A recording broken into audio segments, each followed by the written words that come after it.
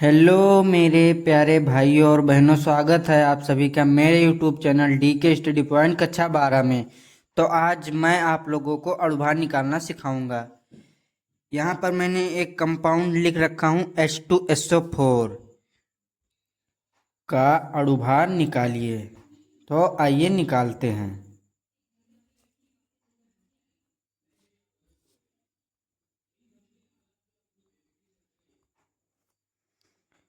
जहाँ दोस्तों H जो है वो किसका संकेत है, तो H हाइड्रोजन का संकेत है और S किसका संकेत है, तो S सल्फर का संकेत है।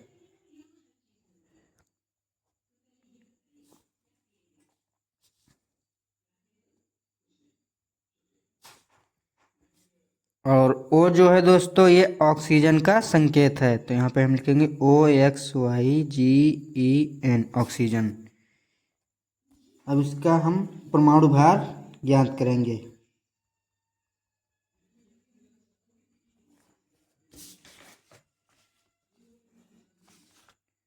तो दोस्तों इसमें आइए देखते हैं। यहाँ पे H का पूरा नाम है हाइड्रोजन, तो हाइड्रोजन का संकेत H और परमाणु भार 1, तो यहाँ H बराबर 1।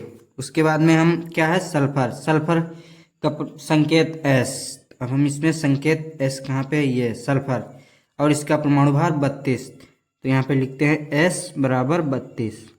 उसके बाद है ऑक्सीजन। ऑक्सीजन का संकेत O, तो अब यहाँ पे है O, ऑक्सीजन का संकेत O और इसका परमाणु भार 16। इसके ऑक्सीजन का परमाणु भार 16, ये हो गया। अब हमें इसका अणुभार निकालना है। आइए निकालते हैं।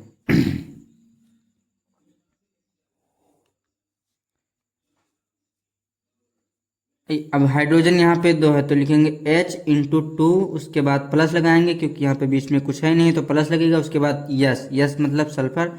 सल्फर कितने हैं, 1, तो यहाँ पे लिखेंगे S×1 प्लस ऑक्सीजन, तो ऑक्सीजन कितने यहाँ पे 4, तो लिखेंगे O×4।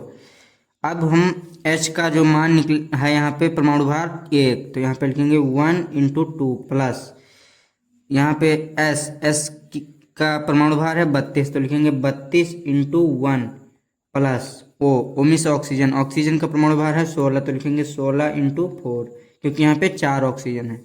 अब इसको हम जोड़ेंगे, 2 एकम 2, पहले तो गुणा करेंगे, 32 एकम 32 प्लस 16 चौको 64।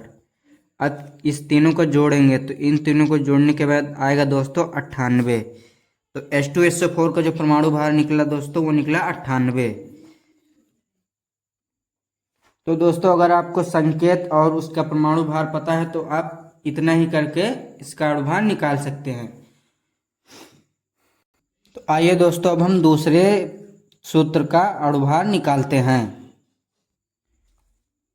HCl का अणुभार निकालिए।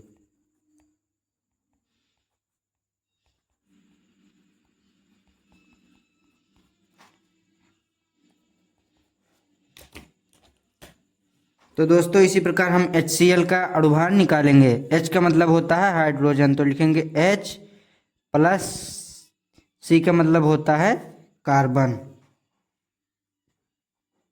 तो लिखेंगे C प्लस L का मतलब होता है, मतलब HCl है, तो Cl का मतलब होता है दोस्तों क्लोरीन। सॉरी गाइज ये गलत हो गया। तो अब H का परमाणु भार कितना होता है, 1 प्लस क्लोरीन का परमाणु भार कितना होता है, तो दोस्तों इसमें देखिए क्लोरीन का परमाणु भार 35.5, तो लिखेंगे 35.5। इसको जोड़ेंगे तो ये होगा दोस्तों 36.5, यही इसका परमाणु भार है।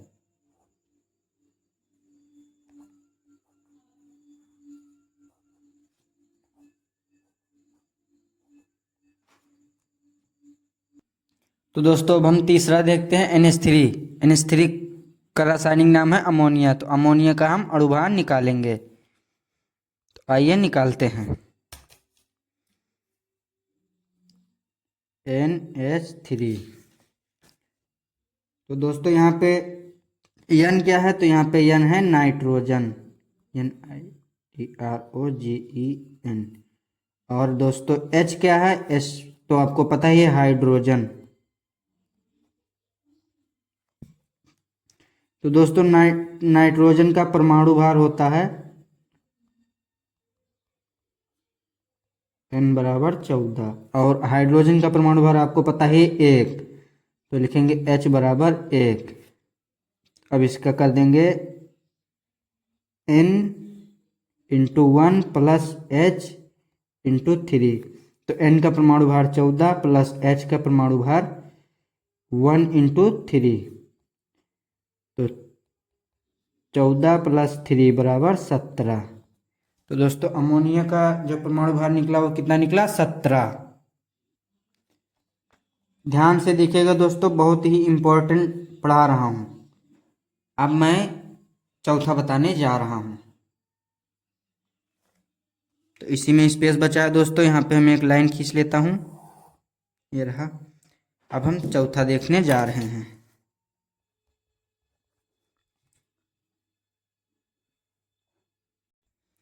तो दोस्तों चौथा है H2O, इसे कहते हैं जल।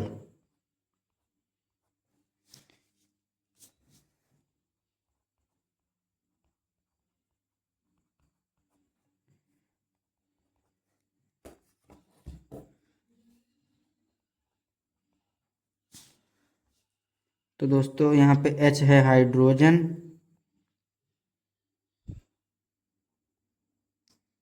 और O है ऑक्सीजन। इसका परमाणु भार, तो दोस्तों H का परमाणु भार 1, तो H बराबर 1, और O का, तो देखते हैं दोस्तों, ये O है ऑक्सीजन, ऑक्सीजन का परमाणु भार 16, लिखेंगे 16। अब इसको आपस में कैलकुलेशन करते हैं। तो H इंटू 2 प्लस O, तो H इंटू 2 मतलब 1 इंटू 2 प्लस O का है 16, तो 2 एकम 2 प्लस 16 कितना हो गया? 18। तो जल का जो परमाणु भार निकला दोस्तों वो कितना निकला? 18।